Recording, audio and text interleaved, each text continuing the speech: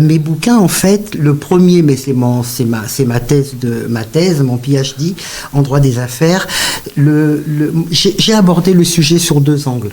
Le financement participatif comme moyen de résolution des difficultés que peuvent rencontrer des entreprises dans l'espace français et au sein de l'espace OHADA.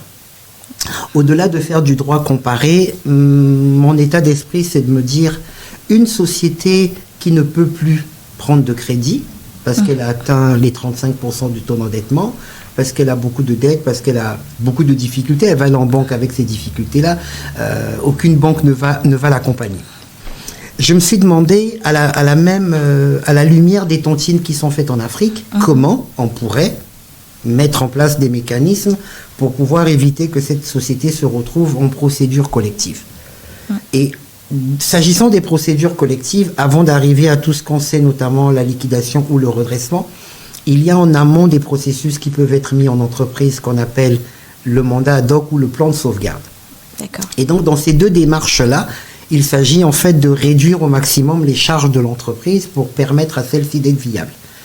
Et si on arrive à réduire ces charges-là, on peut arriver dans le juge du tribunal de commerce, lui dire j'ai trouvé des solutions pour réduire mes charges, pour réduire mon endettement. Et j'ai commencé à rembourser. Donc, fort de ça, je me suis dit, est-ce qu'au-delà de réduire des charges, on ne pourrait pas aller chercher d'autres voies, d'autres créneaux pour pouvoir aider cette société-là à s'en sortir, notamment la tontine, notamment ce qu'on entend aujourd'hui de plus en plus, les levées de fonds, notamment ce qu'on entend de plus en plus